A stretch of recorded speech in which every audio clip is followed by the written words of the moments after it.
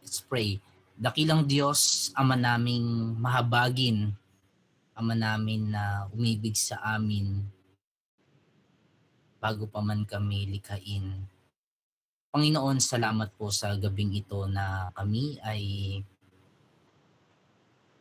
muling mag-aaral ng iyong mga salita. Dalangin ko, Panginoon, na bigyan niyo kami ng karunungan, ng kalinawan ng isipan sa pamamagitan po ng banal na Espiritu sa aming mga buhay. Dalangin ko, Lord, na pag-aaralan namin sa gabing ito ay magbigay sa amin, Panginoon, ng malaking pagtingin sa inyong biyaya sa aming mga buhay. At dalangin ko, Diyos, na sa pamamagitan po ng aral na pag-aaralan namin ay patuloy kaming magpakababa, na kilalanin namin ang aming mga sarili na mga tao na kinahabagan mo lamang, O Diyos. Hayaan mo na ang buhay namin buhay na nagbibigay lamang po ng karangalan sa iyo. Dalangin ko, O Diyos, na ikaw po ang maluwalhati namin sa pag-aaral namin ito. Salamat po. Pinupuri ka namin at pinapasalamatan sa pangalan po ng aming Panginoong Jesus. Amen. Amen. So, nakaraan po ang napag-aralan po natin ay ang ano po yung napag-aralan natin nakaraan? Doctrines of Grace Crystal. Okay po, Doctrines of Grace. Ano po yung unang petal na pinag-aralan natin? Sa tulip. Ano po ang unang petal? Spiritual deadness. Apo, spiritual deadness. Okay, yung letter T. Okay, tama po yun, Nanay Ana. Yung letter T sa tulip na pinag-aralan natin. Letter T siya. Total depravity, total inability. Okay, so yun po ang unang nakaraan ang pinag-aralan natin, ang unang petal ng tulip, ang total depravity. Total depravity leads to total inability. So mula nung nagkasala si Adan, balikan lang natin ng konti, mula nung nagkasala si Adan, ang tao ay lubos na naapektuhan ng kasalanan sa lahat ng aspeto ng kaniyang pagkatao. So dahil ang tao ay lubos na naapektuhan ng kasalanan, kaya yung tao hindi niya kayang iligtas yung kanyang sarili o hindi niya kayang lumapit sa Diyos nang walang biyaya ng Diyos. So nakita natin mula sa mga maraming talata sa Biblia na ang tao ay talagang makasalanan. Ang tao ay patay sa kasalanan, 'di ba? Corrupted yung mind, yung heart, corrupted, nakagapos sa kasalanan, hindi kayang baguhin ng sarili at wala tayong kakayahang lumapit sa Diyos sapagkat hindi natin siya hinahanap. Kundi ang hinahanap natin noon ay ang mga bagay na magpapasaya sa ating mga sarili. Kaya nga, deserve natin na parusahan dahil tayo ay makasalanan.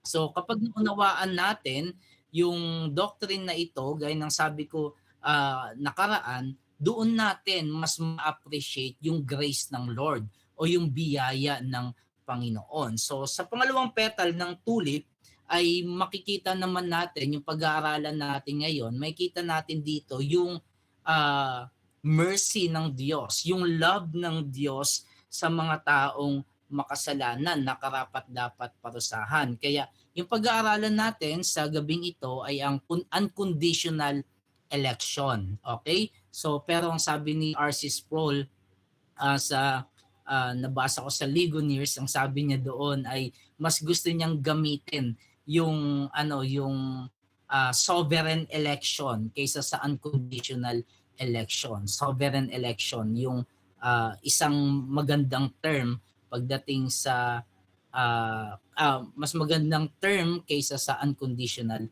election. So yan, yung pag-aaralan natin ngayon, unconditional election. So dahil sa pagsuway ni Adan, ang kaniyang mga supling ay pumasok sa mundo bilang mga makasalanang may sala. Mga taong naligaw at yan yung pinag-aralan natin nakaraan, yung total depravity. So bilang mga nilalang na makasalanan, wala tayong hangaring makipag-ugnayan sa ating Creator. Okay? Kasi nga sabi ng Bible, walang humanap sa Diyos. Kaya tayo, di natin hinahangad na makipag-ugnayan sa Creator natin. Siya ay banal, siya ay makatarungan, siya ay mabuti. Samantalang tayo, diba, mga makasalanan, mga masasama, mga tiwali. Yan yung description ng Bible sa mga taong mga makasalanan at kasama tayo doon. So, kung pababayaan tayo sa sarili nating mga pagpili, hindi maiwasang susunod tayo sa Diyos ng mundong ito. Diba? Yan talaga yung buhay natin.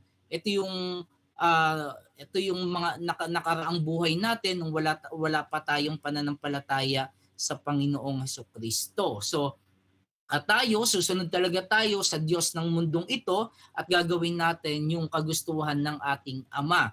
Ang ama nating noon tayo yung mga makasalanan pa, ang ama natin ay diablo dahil bondage tayo ni Satan. So dahil dito, inihiwalay natin yung sarili natin sa Panginoon.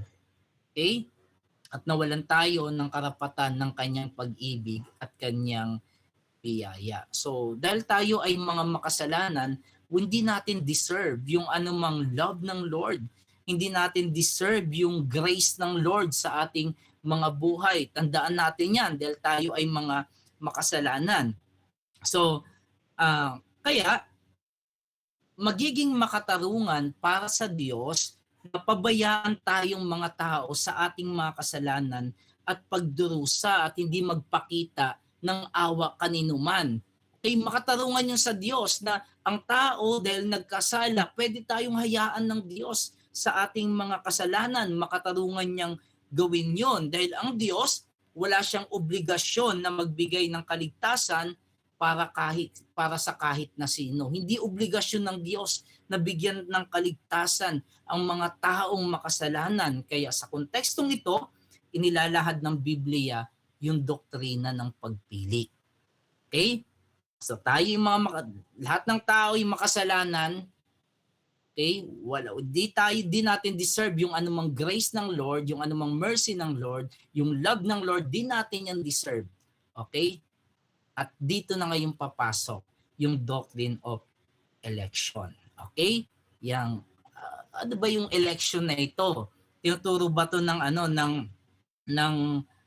Bible? Yes. Yan tayo dyan. Okay? So hindi ko nasulat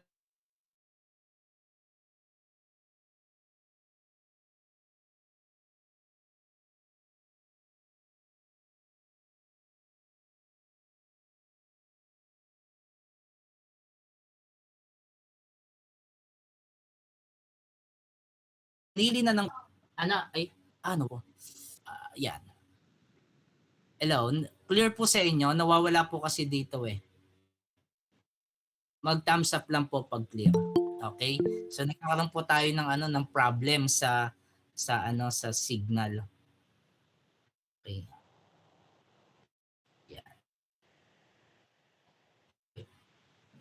So ipinapahayag ng doktrina ng pagpili na bago pa man ang pundasyon ng mundo, pinili na ng Diyos ang partikular na mga individual mula sa mga nahulog na supling ni Adan upang maging lapatan ng kaniyang biyaya. Ang mga ito lamang ang kanyang binalak na iligtas. Maaari sanang piliin ng Diyos na iligtas ang lahat ng tao dahil siya ay may kapangyarihan at otoridad na gawin ito. O maaari rin niyang piliin na walang iligtas kahit isa dahil wala siyang obligasyong magpakita ng awa kaninuman. Ngunit hindi niya ginawa ang alinman sa dalawa. Sa halip, pinili niyang iligtas ang ilan at hindi isama ang iba.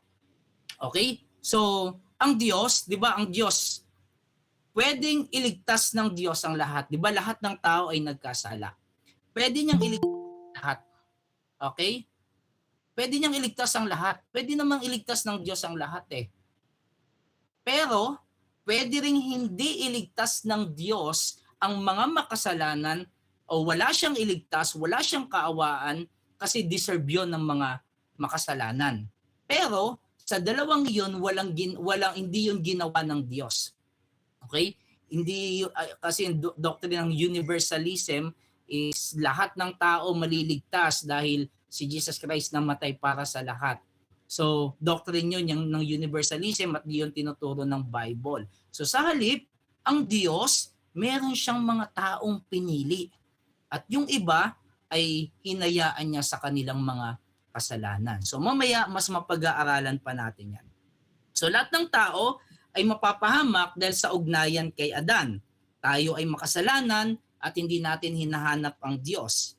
Ang Diyos sa kanyang soberanong kalooban at sa kanyang walang hanggang karunungan na hindi kayang maarok ng isipan ng mga tao ay pumili ng mula sa mga supling ni Adan na kanyang ililigtas. Okay? So, yan yung doctrine of election, no? Ang Diyos ay pumili ng mga taong kanyang ililigtas. Okay. So, sa loob ng Christianity,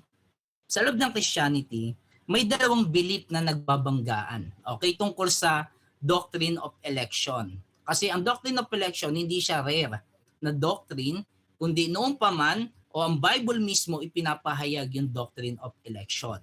And then sa loob ng Christianity, merong dalawang belief na nagbabanggaan. Ito yung Arminianism at Calvinism. Okay? Tandaan ninyo, gagamit ako ng mga terminology. Arminianism and Calvinism. Ang Arminianism ay naniniwala sa synergism. Okay, gaya ng pinag-aralan natin nakaraan, ang synergism, 'di ba, to work together. Ibig sabihin, ang Arminianism naniniwala sila na ang tao kailangan makipagtulungan sa Diyos para sa kaligtasan. Parang ang lumalabas, ang salvation ng tao, 50% sa Diyos, 50% sa tao. Okay, yan yung paniniwala ng Arminianism. Yung Calvinism naman, naniniwala sila sa monergism. Okay, monergism, to work alone. Okay, ibig sabihin, ang kaligtasan, ito ay 100% na gawa ng Diyos. Okay? So ang monergism ay nagtuturo ng 100%, ang kaligtasan ay 100% na gawa ng Diyos. Sa Calvinism yan. Ang Arminianism naniniwala sa synergism na kung saan parang ang tao nakikipagtulungan sa Diyos para sa salvation. Kaya ang mangyayari parang 50% sa tao, 50% sa Diyos. Pero yun nga, yung Calvinism naniniwala na 100% nagawa ng Diyos ang kaligtasan dahil ang tao ay walang kakayahan sa kanyang kalagayan na makipagtulungan sa Diyos. Di niya kayang lumapit sa Diyos at hanapin ang kaligtasan sapagkat siya ay corrupted ng kasalanan. Yung nature ng tao ay ang nais ng nature ng tao ay lumayo sa Diyos. So tayo, ang iglesia ay naniniwala, so alam niyo hindi ako before hindi ako mahilig gumamit ng mga terminology, basta ang pinapahayag ko lang sa inyo is yung Bible. But ngayon, gagamit tayo ng mga terminology sa history para mas kumbaga mas mapamilyar tayo tungkol sa mga doctrine in the past na nakakalimutan na ng marami. So ang church ay naniniwala sa Calvinism o sa doctrines of grace. Kasi ang doctrines of grace ay tinatawag na Calvinism. So nagmula ito syempre sa yung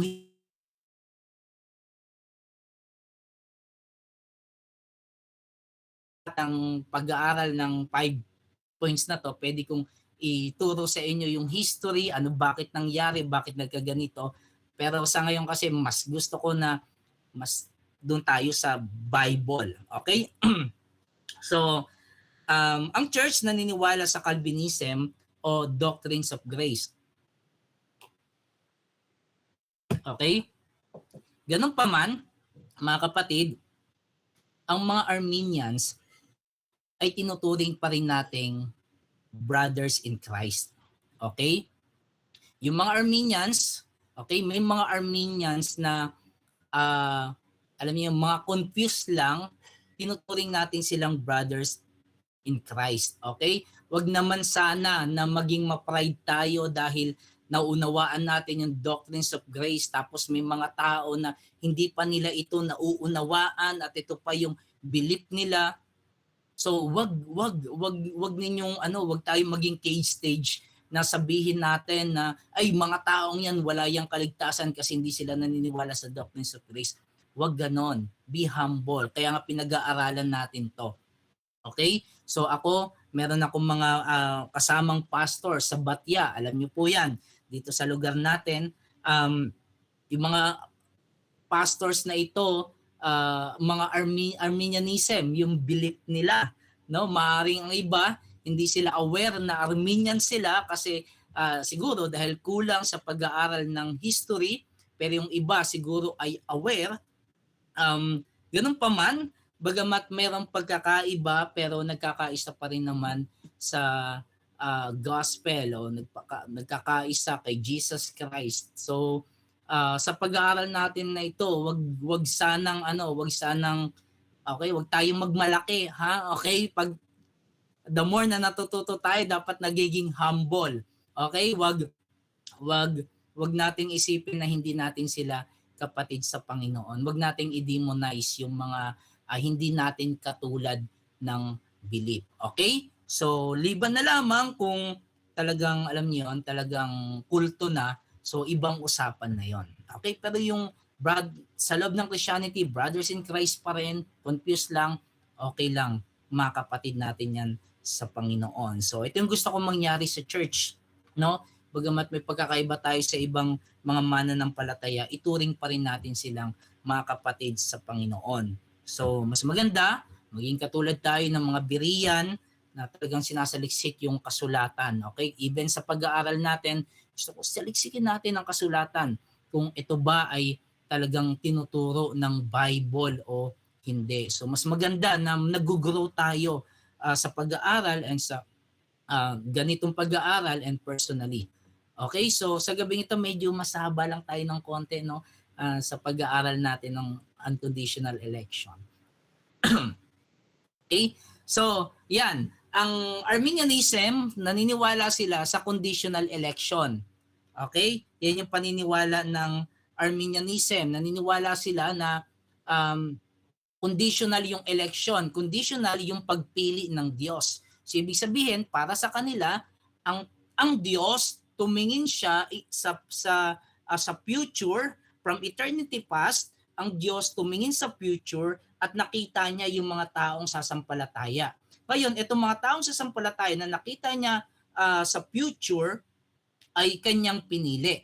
So kaya conditional election. So kung ganun yung magiging basya ng election, hindi yun election. Okay, walang election na nangyari doon kasi ang tao ang siyang pumili sa Diyos.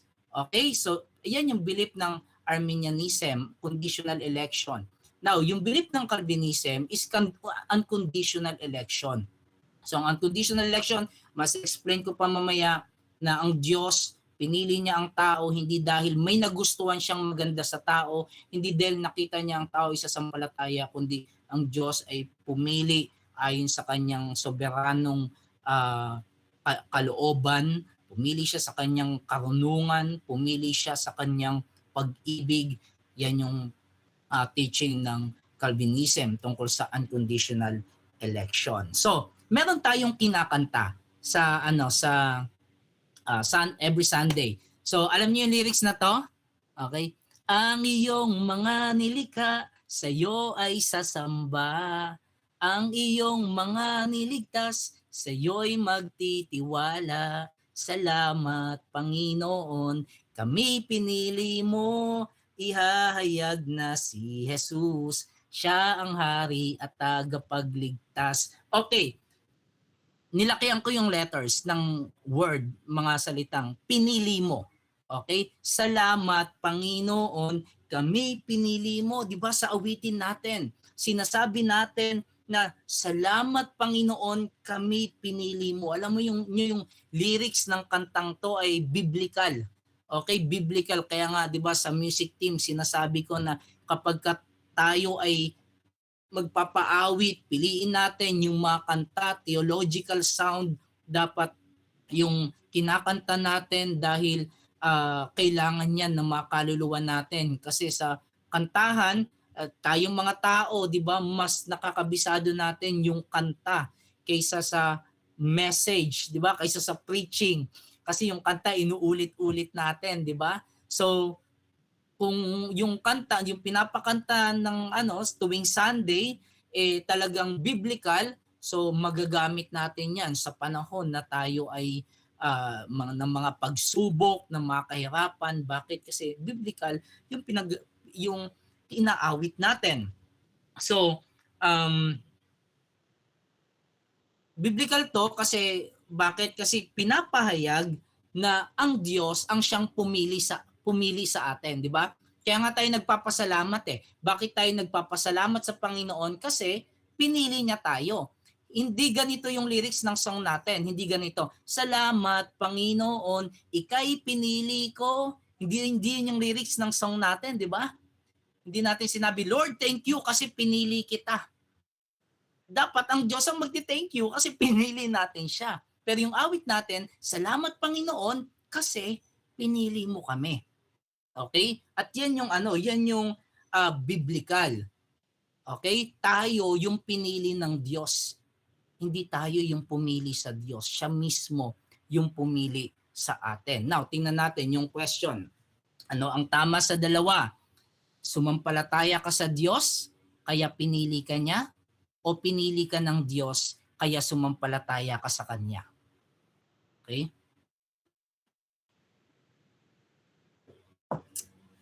Sumampalataya ka sa Diyos, kaya pinili ka niya?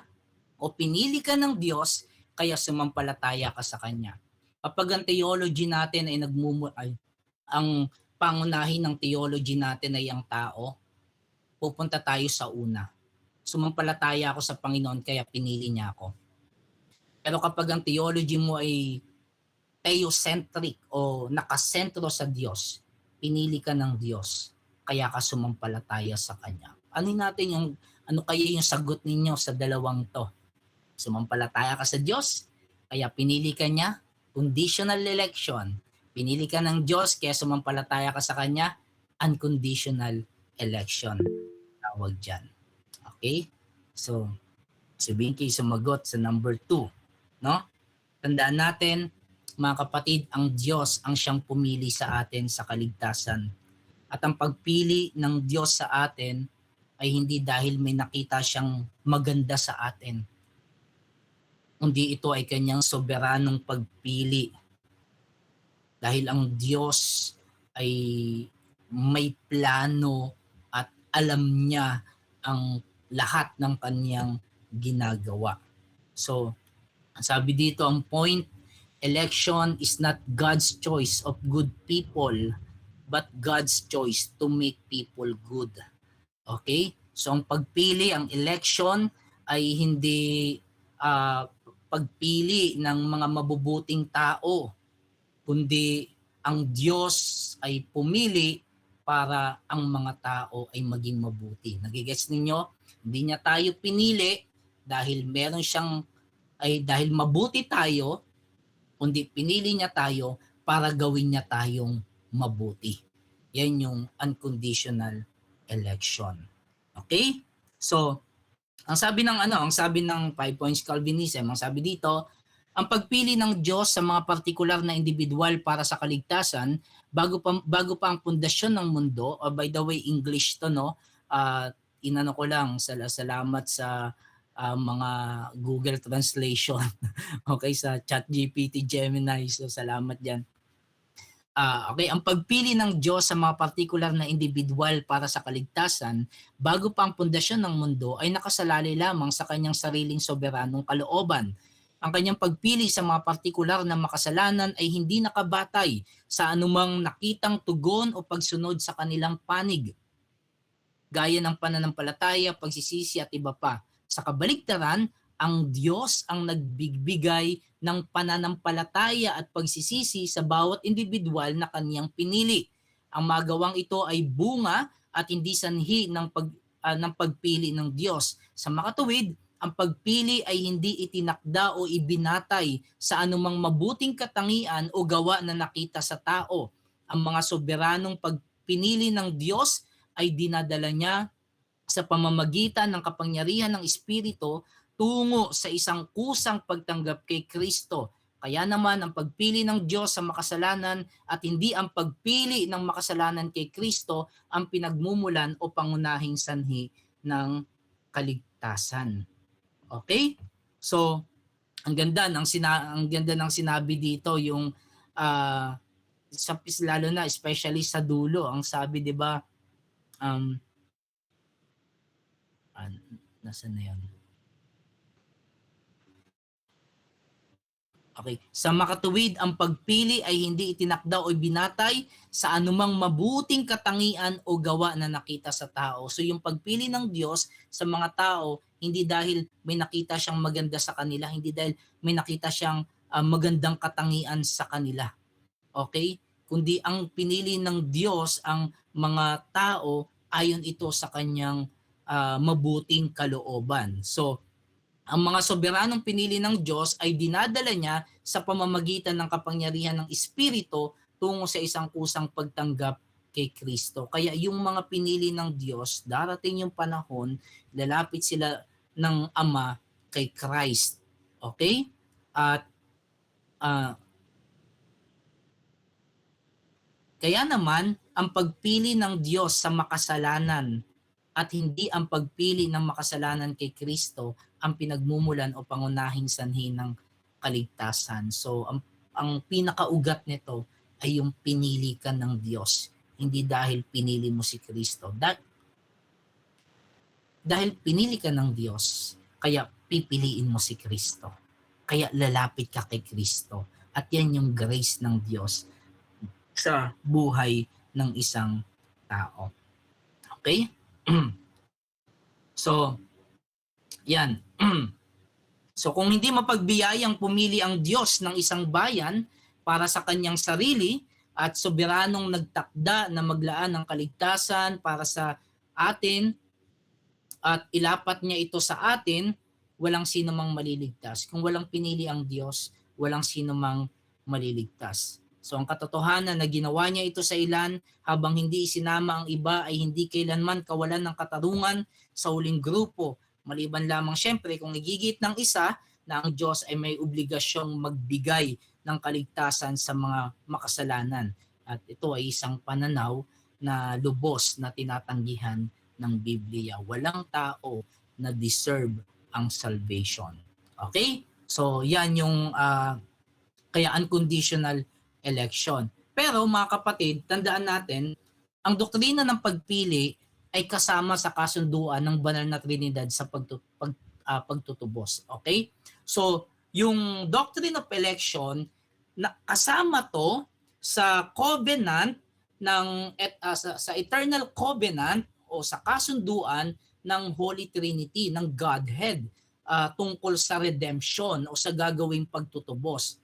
Okay? Kasunduan ito ng triune God, yung God the Father, God the Son, and God the Holy Spirit. So noong pa man, pinlano na nila yung kaligtasan para sa mga tao. Kaya at kasama dito yung election. Okay? Sabi dito, ang doktrina ng pagpili ay hindi lamang dapat tingnan sa likod ng kasamaan at kasalanan ng tao. Okay? Kasi nga, di ba, ang tao, total depravity, makasalanan. Pero hindi lang doon dapat tingnan natin, kundi dapat din itong pag-aralan kaugnay ng walang hanggang tipan o kasunduan sa pagitan ng mga persona ng Trinidad. Sapagkat sa pagsasakatuparan ng tipang ito, pinili ng Ama mula sa mundo ng mga naliligaw na makasalanan ang isang tiyak na bilang ng mga individual at ibinigay sila sa anak upang maging kanyang bayan. Ang anak sa ilalim ng mga tuntunin ng kasunduang ito ay sumang-ayong gawin ang lahat ng kinakailangan upang iligtas ang mga pinili at ibinigay sa kanyang ama. Ang bahagi naman ng espiritu sa pagsasakatuparan ng tipang ito ay ang ilapat sa mga pinili ang kaligtasang tiniyak ng anak para sa kanila. Okay? So sa makatuwid, ang election ay isa lamang aspeto ng layunin ng Diyos sa kaligtasan. Okay? Dahil dito, hindi dapat ituring na yung election, yun na mismo yung salvation. Okay? Huwag nating isipin na yung election, dahil ang Diyos ay mapumili, salvation na agad yun. No, part yun ng gagawin ng Diyos na pagliligtas. Okay? Bakit? Kasi yung pagpili ng Diyos, wala itong inililigtas na sinuman. Okay? Ang ginagawa ng pagpili, minamarkahan yung mga particular na mga individual para sa kaligtasan. So yung mga pinili, may mark sila na sila yung mga pinili ng Diyos at sila yung pag-aalayan ni Jesus Christ ng kanyang buhay. At by the way, yung mga pinili na ito yung mga tupa ng Panginoon. Okay? So, sama ko po ba to? Okay. So, dahil dito, ang doktrina ng pagpili ay hindi dapat ihiwalay sa mga doktrina ng pagkakasala ng tao, sa doktrina ng katubusan, ng redemption, sa doktrina ng regeneration. Hindi dapat inihiwalay ito, yung doctrine of election. Bakit? Kasi parang pinipilipit yung yung doctrine of election, tapos magkakaroon ng misrepresentation tungkol sa doctrine na ito. So, ang doktrina ng pagpili ng Diyos sa kaligtasan, hindi siya hiwalay. Tandaan natin, hindi siya hiwalay sa kasalanan ng tao, hindi siya hiwalay sa pagtutubos ni Kristo, hindi siya hiwalay sa regeneration o sa pagbubuhay na muli sa isang tao ng Espiritu Santo. So, dapat balanse. Okay? Wag may iba kasi binibigyan to ng misrepresentation. So, dapat ay maging maayos yung pagpe-present natin tungkol sa doktrina ng election. Okay? So, parang ganito yung ginawa ng Trinidad pagdating sa redemption. Okay? Ang Ama ang pumili ng mga ililigtas. Okay? Yan yung election. Pumili ang Ama from eternity past, pumili ang Ama ng ililigtas. Pangalawa, yung Anak, si Jesus Christ, ay kusang tumanggap ng gawain ng pagtubos sa kanila, sa mga elect, sa pamamagitan ng kanyang kamatayan at muling pagkabuhay, sa kanyang atonement, sa kanyang death and resurrection. So si Jesus Christ yung namatay, siya yung nag-alay ng kanyang buhay, at namatay si Jesus Christ, of course, sa mga pinili ng Ama. So ngayon, yung trabaho ng Holy Spirit, inilalapat yung kaligtasan. Okay?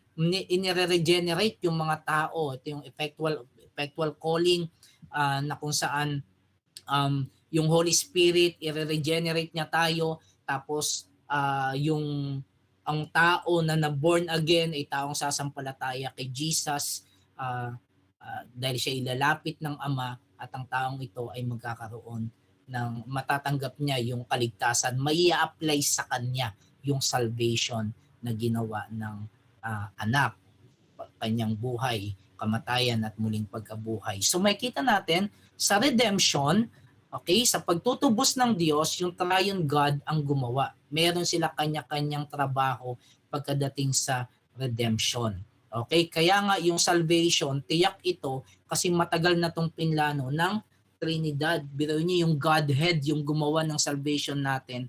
Kaya tiyak yung salvation natin ay talagang solid to, no? Talagang mananatili hanggang wakas. So, ang sabi ni Pastor Ramen Kaliwag, election is the doctrine of God's love cast forth to His people. Okay? Ang election ay doktrina ng pag-ibig ng Diyos na ibinuhos sa kaniyang mga tao. Yan talaga yung election. Yung doctrine of election, doctrine siya ng love ng Diyos na kanyang binuhos sa kaniyang mga tao, sa kaniyang mga elect people. Okay? So kaya ang doctrine of election, hindi ito parang rare na doctrine sa Bible. Okay? Kundi ito ay isang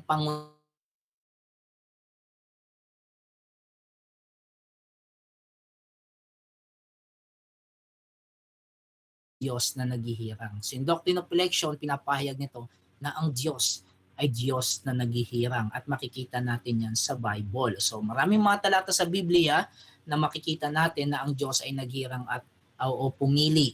Okay, so ito na, mga verses na, yung mga malaga kasi biblical, kaya dapat tingnan natin yung mga verses sa Bible. Okay? So, unconditional election, ang Diyos ay naghirang at pumili. So, ang Diyos, siya ay naghihirang at siya ay pumili.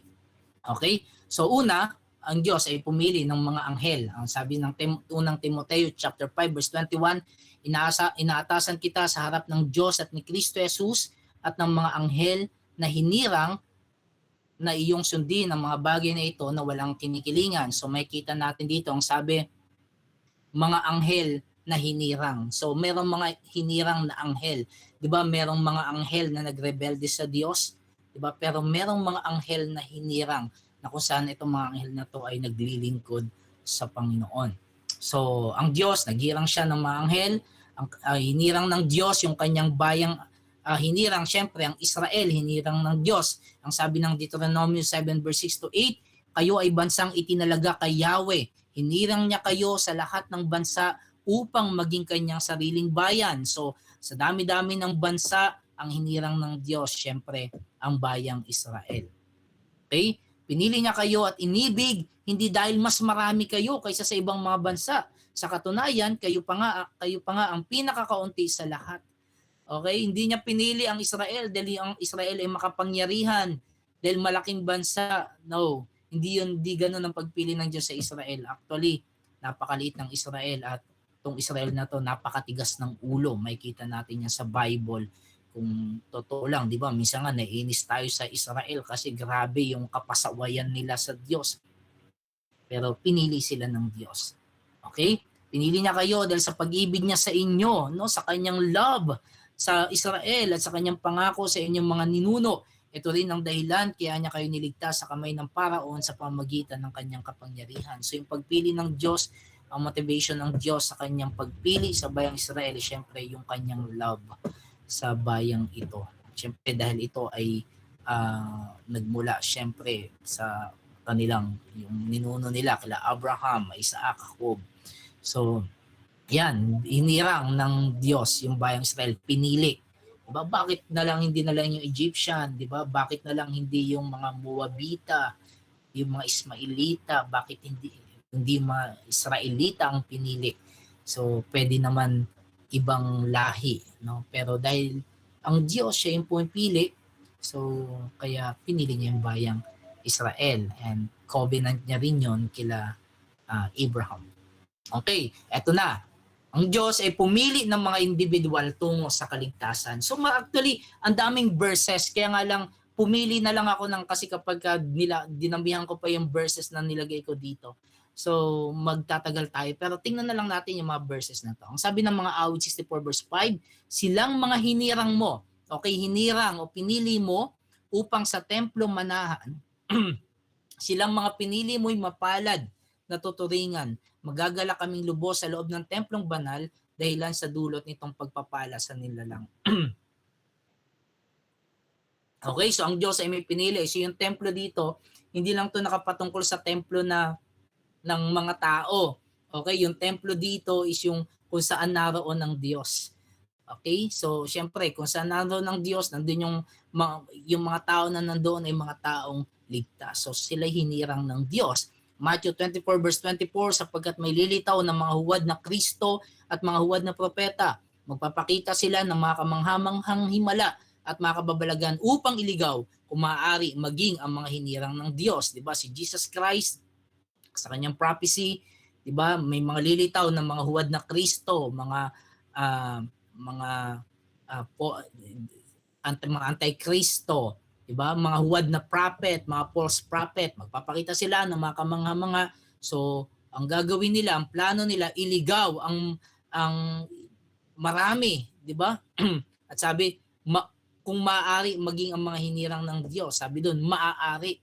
No? Kasi, syempre, ang gusto ng false prophet, ng mga antichrist is iligaw kahit yung mga pinili ng Diyos, yung mga may pananampalataya. Pero hindi nila maliligaw yung mga pinili ng Diyos kasi secured sila sa kamay ng ating Panginoon. So may kita natin dito yung binanggit yung mga hinirang ng Diyos. So ang Diyos naghihirang siya.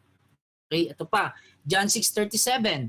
Lalapit sa akin ang lahat ng ibinibigay sa akin ng Ama at hindi ko itataboy kailanman ng sino mang lumalapit sa akin. Sino yung lalapit kay Jesus Christ? Yun yung mga ibinigay ng Ama, yung binibigay ng Ama. At yung mga binibigay ng Ama, ito yung kanyang mga taong kanyang pinili. Okay? Pinili ito ng Diyos. Binibigay sila kay Jesus Christ. Kaya yung bawat lalapit kay Jesus Christ ay hindi niya itataboy. Bakit? Kasi yun ay ibinigay sa kanya ng Ama. Okay? In John 15:16, ang sabi dito, sabi ni Jesus Christ, hindi kayo ang pumili sa akin. Ako ang pumili sa inyo. Hinirang ko kayo upang kayo humayo at magbunga at manatili ang inyong bunga. Sa gayon, ang anumang hingin ninyo sa Ama sa aking pangalan ay bibigay sa inyo. So even yung mga disciples, so sinasabi na ito ay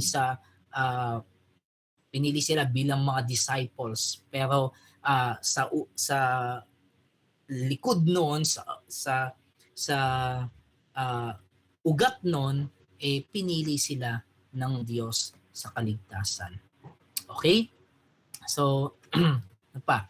Gawa 13:48. Nang marinig ng mga hintil ang mga salitang iyon, sila'y nagalak at nagpuri sa salita ng Panginoon at sumampalataya ang lahat ng hinirang para sa buhay na walang hanggan. Okay? Sino ang mga sumampalataya? Yung mga hinirang. Bakit sila sumampalataya nung narinig nila yung gospel? Kasi itong mga taong to, hinirang sila ng Diyos. Kaya ang sabi, di ba, sumampalataya ang lahat ng hinirang para sa buhay na walang hanggan. So yung mga hinirang sa buhay na walang hanggan, mga taong sasampalataya yan.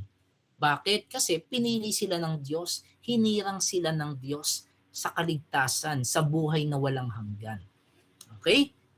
Roma 8:28-30. At nalalaman natin ang lahat ng mga sa lahat ng mga bagay, ang Diyos ay gumagawa sa ikabubuti ng umiibig sa Kanya, sa kanila ng mga tinawag alinsunod sa Kanyang layunin, sapagkat ang mga nakilala niya ng una pa ay itinalaga naman niya na maging katulad sa larawan ng Kanyang anak, upang siya ang maging panganay sa maraming magkakapatid.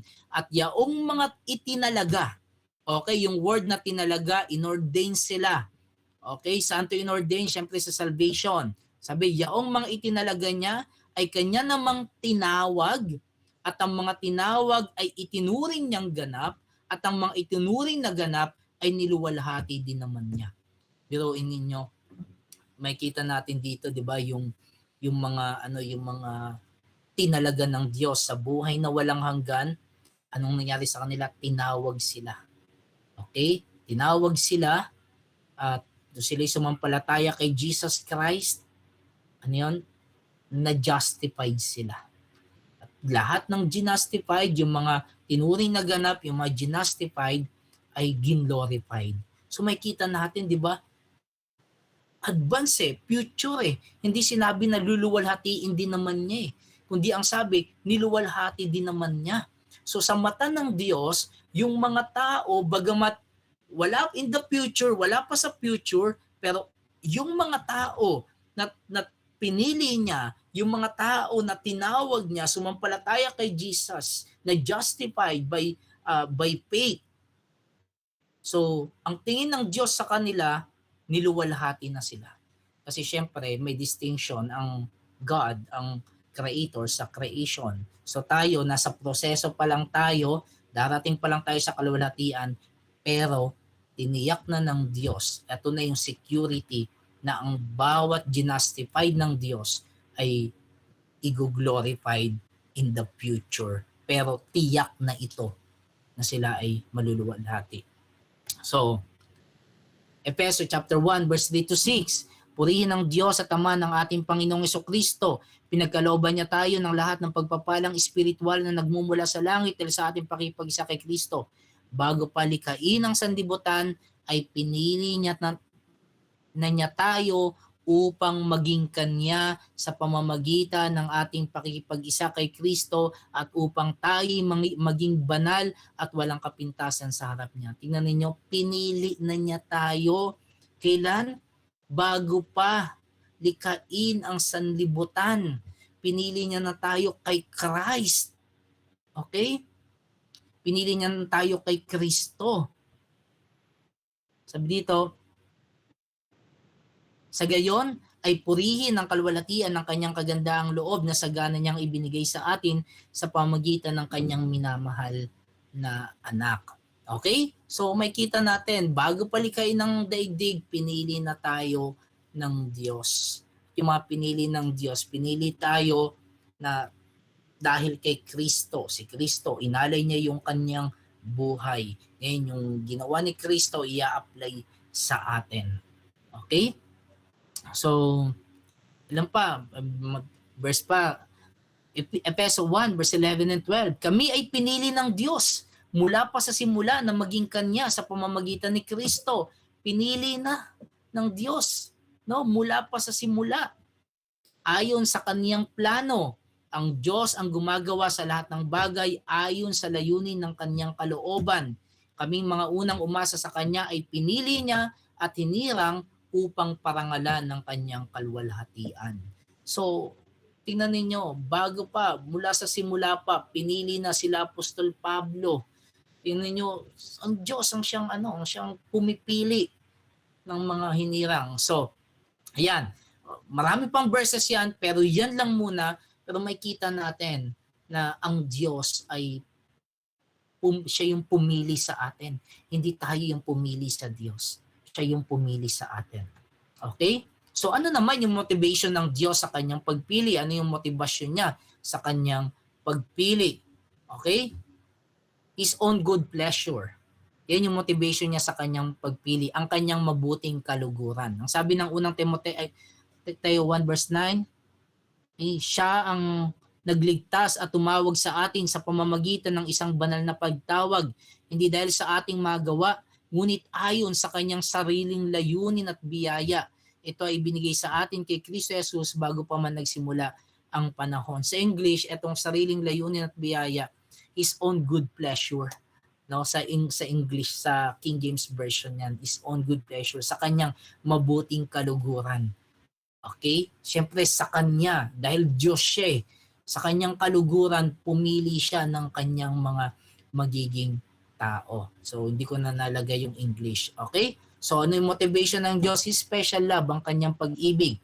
Sa Deuteronomy 7 verse 6 to 8, di ba? Nabasa natin yan kanina. Dahil ang Diyos, yung pag-ibig niya, kaya yung sinabi na according sa foreknowledge ng Diyos, di ba? Yung foreknew doon ay pinili na tayo ng Diyos bago pa man likhain ng daigdig ayon sa karanungan ng Diyos, foreknowledge ng Diyos. Yung foreknew doon, hindi iyon parang tumingin siya sa future tapos tinignan niya yung mga taong sumasampalataya. Ang new sa Bible o know, di ba si Adan at si Eva, sabi di ba, nakilala ni Adan si Eva. Nung sinabi ng Bible sa Genesis, nakilala ni Adan si Eva, hindi yung nangangahulugan na nagkakilala sila. Ang ibig sabihin nun, silang dalawa, nagkaroon sila ng intimate. Okay? Intimate relationship, nagkaroon sila ng intimacy. Okay? So, yon. And then di ba, si Mary, di ba, nung siya ipapanganak niya si Jesus, ang sabi, subalit si Mary ay wala pang nakikilalang lalaki. No, hindi yun nakapatungkol sa hindi niya kilala si Jose. No, kilala niya na si Jose. Pero ang sinasabi doon, di pa siya nakilala ng lalaki. Sabihin, di pa siya nagkakaroon ng intimacy sa isang lalaki. So yung know doon, yung foreknowledge, nagpapahayag yon ng intimate love ng Diyos sa atin. So yung mga pinili ng Diyos, minahal yan ng Diyos. Okay? Yung mga pinili ng Diyos, mga minahal niya yan. Kaya niya sila pinili. Okay, hindi lang siya basta pumili na ito gusto ko, ito gusto. No. Okay, hindi gano'n ang Diyos natin. Sa kanyang sariling karunungan, alam niya ang lahat ng bagay. Napakalimitado lang natin, finite tayo, infinite ang Diyos. So siya yung nakakaalam ng lahat ng bagay. And syempre, for His glory, para sa kanyang kalwalhatian. Pinili niya ang kanyang mga tao para sa kanyang sariling kalwalhatian. Roma 9 verse 22 to 24, 224 no, nasobrahan ako. Kaya kahit nais nang ipakita noon ng Diyos ang kanyang puot at ipakilala ang kanyang kapangyarihan, buong tiyaga pa rin niyang pinagtiisan ng mga taong dapat sana'y parusahan at lipulin. Ginawa niya iyon upang ipakilala ang kanyang walang kapantay na kadakilaan sa mga taong kanyang kinahabagan na noong una pa'y inihanda na niya para sa kalwalhatian. Di ba? May inihanda na siya para sa kalwalhatian. Tayo ang mga taong iyon na tinawag niya hindi lamang mula sa mga Hudyo, subalit mula rin sa mga Hintil. Okay? So ang sabi doon, ginawa niya iyon upang ipakilala ang kanyang kadakilaan. Upang ipahayag ng Diyos ang kanyang kadakilaan. So dito, Efeso 1 verse 11 to 12, ulit natin, ang sabi, kami ay pinili ng Diyos mula pa sa simula na maging Kanya sa pamamagitan ni Kristo ayon sa Kanyang plano. Ang Diyos ang gumagawa sa lahat ng bagay ayon sa layunin ng Kanyang kalooban. Kaming mga unang umasa sa Kanya ay pinili niya at tinirang upang parangalan ng Kanyang kalwalhatian. Okay? So, para parangalan yung glory ng Diyos. So, kaya pinili niya sila. So, yan yung motivation ng Diyos sa kanyang pagpili. Hindi siya Diyos na parang nagtitrip lang na ito gusto ko, ito ayaw ko, ito gusto ko, ito ayaw ko. Hindi ganoon ang Diyos ng Bible. Okay? So, now, ito yung tanong. Okay? Dahil may pinili ang Diyos. Ito yung tanong. Ang Diyos ba ay hindi makatarungan dahil meron siyang pinili? Kasi, bakit yung iba hindi mo pinili? No? Parang unfair naman ng Diyos, parang hindi naman makatarungan ng Diyos kung may pinili lang siya para sa kaligtasan, 'di ba? Yung iba ay hindi niya pinili. Dapat lahat pinili na lang ng Diyos. No, hindi ganoon ng Diyos ng Bible. Okay? Ang sabi ng 1689 London Baptist Confession of Faith, Kabanata 3, ang pagtatakda ng Diyos. Ayon sa pagtatakdang nagtatanghal ng kanyang kalwalhatian, ang Diyos ay humirang ng mga tao at mga anghel sa buhay na walang hanggan sa pamamagitan ni Jesucristo. Dito ay nahayag ang kapurihan ng kanyang biyaya. So sa kanyang paghirang, nahayag yung kapurihan ng biyaya ng Panginoon. Okay? Ang iba naman ay hinayaan sa kanilang kasalanan at matuwid na hatol, at dito'y nahayag ang kapurihan ng kanyang katarungan. So, may kita natin anong pinopoint dito ng confession na ito. Sa pagpili ng Diyos, nahayag yung kanyang grace, yung kanyang mercy, nahayag. Pero nung pinabayaan ng Diyos ang ilan, okay, ang Diyos parang, yung mga tao, hinayaan sila ng Diyos. Yung iba, hinayaan sila sa kanilang kasalanan. Hindi ito parang ayoko. Alam niyo, nag-trip lang ng Diyos. Hindi ganon. Kaya hinayaan niya yung iba. Pumili siya, okay, pinili ko to, at yung iba ay kanyang hinayaan. Okay? At dahil doon, nahayag yung katarungan ng Diyos. So, makita natin dito, yung grace ng Diyos at yung mercy niya, yung mercy ng Diyos at yung kanyang katarungan, yung kahabagan at kanyang katarungan, mercy and justice, nahayag. Okay? So, anong gusto nyo? Justice? Gusto niyo ng fairness? Fairness, lahat tayo mapapahamak. Pero ang gusto natin, mercy. Tama? Gusto natin yung mercy ng Diyos. Deserve natin na tayo parusahan. Pero salamat, nahabag ang Diyos. Okay? So, meron ditong Romans 9:10 to 24. Kasi si Paul sa kanyang turo, yung Romans 9, pag binasa niyo yung Romans 9, may kita natin dyan yung sovereignty ng Diyos sa pagliligtas sa tao sa Romans chapter 9. Kaya si Paul, nung tinuro niya yung sovereignty ng Diyos sa pagliligtas,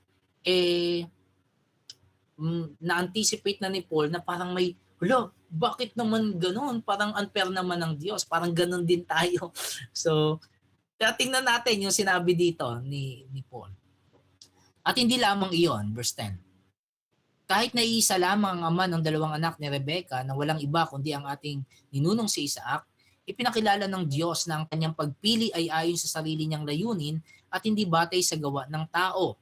Kaya't bago pa ipanganak ang mga bata at bago pa sila makagawa ng anumang mabuti o masama, sinabi ng Diyos kay Rebecca, maglilingkod ang mas matanda at nakababata. Ayon sa nasusulat, minahal ko si Jacob at kinapuotan ko si Esau. Tingnan nyo, may minahal ang Diyos, may kinapuotan siya. Pero para mas clear sa atin, sa Bible, I think sa Lucas 12:24, 16:24, sabi ni Jesus Christ, di ba, sa Book of Luke, I think sa Matthew rin, sabi niya, sa English, kapag hindi daw, ano ko na lang, ang sino mang hindi namuhi sa kanyang mga magulang. Sa English siya, okay? Anyone who hate his father and mother ay hindi karapat-dapat kay Jesus. Okay? Sabi, yung word na hate ginamit doon. Now, yung hate ba doon, di ba ang utos, ibigin mo ang iyong mga magulang. Di ba? Yan yung utos. Pero bakit sinabi ni Jesus Christ na ang sino mang hindi mamuhi sa kanyang magulang, sa kanyang ama at sa kanyang ina, ay hindi karapat-dapat sa kanya? Yung word na hate doon, hindi yun nangangahulugan na parang kinamumuhian mo yung magulang mo. Katulad dito. Okay? Yung hate doon, ibig sabihin lang doon ni Jesus Christ, kapag mas mahal mo yung mga magulang mo kaysa kay Jesus Christ, hindi ka karapat-dapat sa kanya. So dito sa context ng mga talatang ito, nung sinabing minahal ko si Jacob at kinapuotan ko si Esau, hindi ito nangangahulugan na parang si Lord, kinapuotan niya na lang si Esau nang walang dahilan. Hindi yon. Ang ibig sabihin lang nito, si Jacob, pinili siya ng Diyos, pero si Esau, hinayaan niya. Mas binigyan niya lang ng importansya si Jacob. Kasi, ang reality, kung babasahin natin yung Genesis, binless ng Lord si Esau. Diba? Binless niya si Esau. Diba? Ang ano kaya, ang unlad din ni Esau, diba? Maunlad din.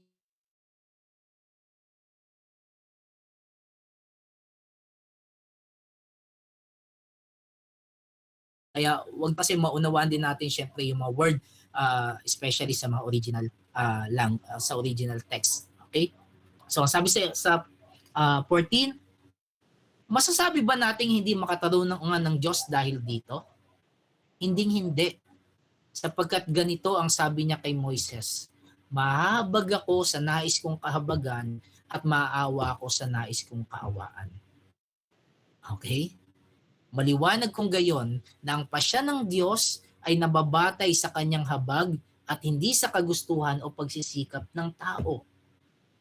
Sapagkat ayon sa kasulatan ay sinabi niya sa hari ng Ehipto, ginawa kitang hari upang sa pamamagitan mo maipakita ko ang aking kapangyarihan at maipahayag ang aking pangalan sa buong daigdig.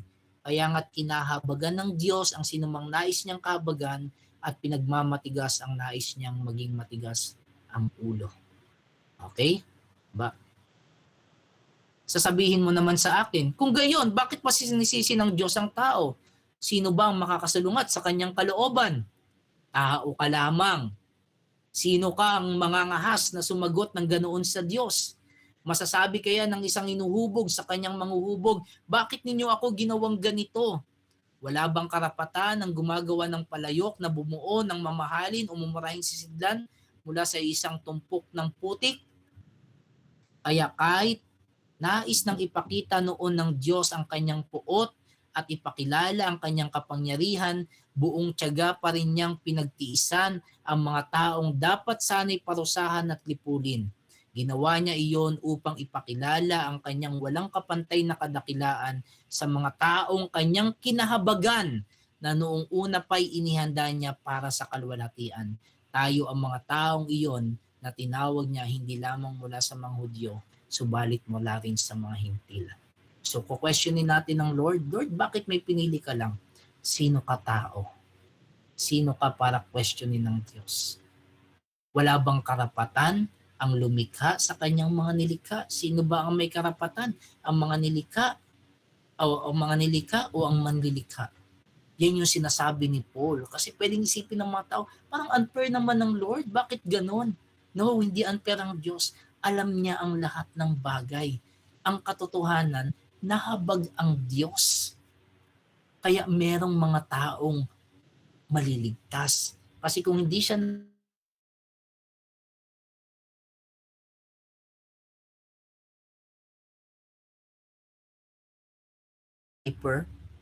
grace is very meaning of unconditional election. God's free, gracious choice, not our qualification. So, ang pinaka-meaning ng unconditional election ay ang grace ng Panginoon. Okay? Yan yung grace ng Panginoon. So, application na tayo. Okay? Dahil tayo ay kinahabagan lamang ng Diyos, kaya tayo naligtas. Mamuhay tayo ng may pagpapakumbaba at pasasalamat sa Kanya na siyang humirang sa atin upang matiyak ang ating kaligtasan. Kaya mga kapatid, ito yung ginawa ng Diyos. Pinili niya tayo, ang Kanyang iglesia, ang Kanyang mga tupa ay Kanyang pinili, yung mga tao, mga tupa niya, yung iglesia, pinili niya para sa Kanya. At ikaw, napakapalad natin dahil pinili tayo ng ating Panginoon. So, question po.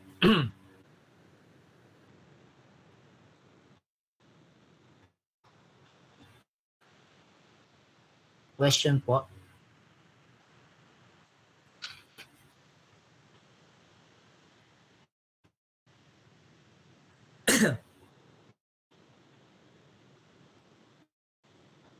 May gusto po ba magtanong?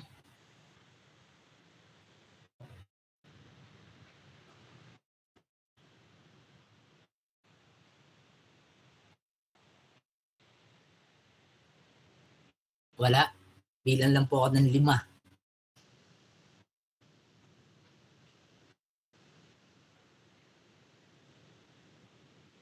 Okay. Sige po, siguro nauunawaan naman natin lahat. Nawa ay natuto kayo sa aking presentation tungkol sa doctrine of unconditional election. Nauna tayo, TU na. Okay, 2. Okay, so total depravity, unconditional election. Next week, ang pag-aaralan natin ay limited atonement or particular redemption. So, ang pangatlong petal sa tulip. So, yon, praise God at nawa ay mas mahamon tayo sa salita ng Panginoon, mas i-humble tayo ng Lord at na sa salvation natin ay wala tayong may pagmamalaki kundi ang Panginoon lamang at talagang magiging totoo sa buhay natin yung sinasabi natin na soli Deo Gloria, na sa Diyos lamang ang kalwalhatian. Okay? So, kung wala na, tayo mag-picture. I-close ko na yung presentation. Okay, so kung maaari po ay pwede nyo pong buksan ang inyong mga camera and then mag-picture po tayo. Kung kayo po malakas po yung signal ninyo, pwede po kayong mag-picture. Yan, salamat sa Panginoon, nandito kayo. Nagkakagulo yung yung mga picture, naglilipat-lipat. Ang kagulo na yan si Brother Arlon. Okay, picture tayo. Okay. 1. Okay, 1, 2. Teka lang. 1, 2, 3.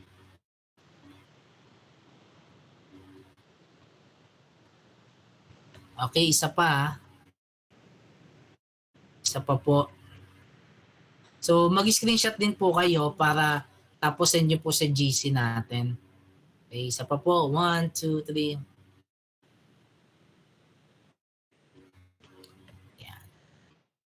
Si Brother Arlon lang yung nakikita ko.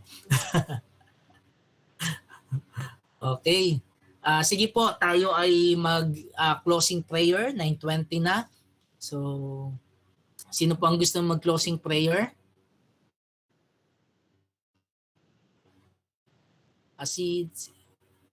Sige, Ryan. Ikaw na, Ryan.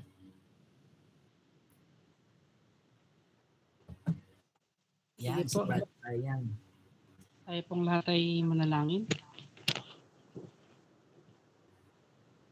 Dakilang Diyos, aming Ama, muli, pinupuri, pinapasalamatan po namin kayo sa mga oras na ito. Salamat, Panginoon, sa pag-aaral namin ng mga salita mong ito. Nawa, Panginoon, itong mga bagay na nalaman namin ay patuloy, Lord, na lakaran namin. Salamat dahil sa pagpili mo sa amin para sa iyong kaluwalhatian, sa iyong pag-ibig, at sa iyong mabuting ginagawa sa aming mga buhay. Nawa, Panginoon, ang gawain na ito ay nakapagbigay ng kaluguran sa iyo sa aming pansamantalang pagpapahinga, Panginoon, yung panibagong kalakasan sa araw ng bukas na nagmumula sa iyo ay maranasan ng bawat isa.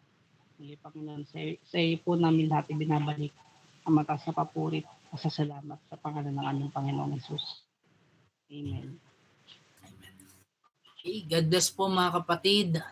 Good night po sa bawat isa. Magpahinga po kayo at makabawi ng lakas. Sa araw ng bukas ay makapaglingkod tayo sa Panginoon. Yan, welcome Brother Arlon.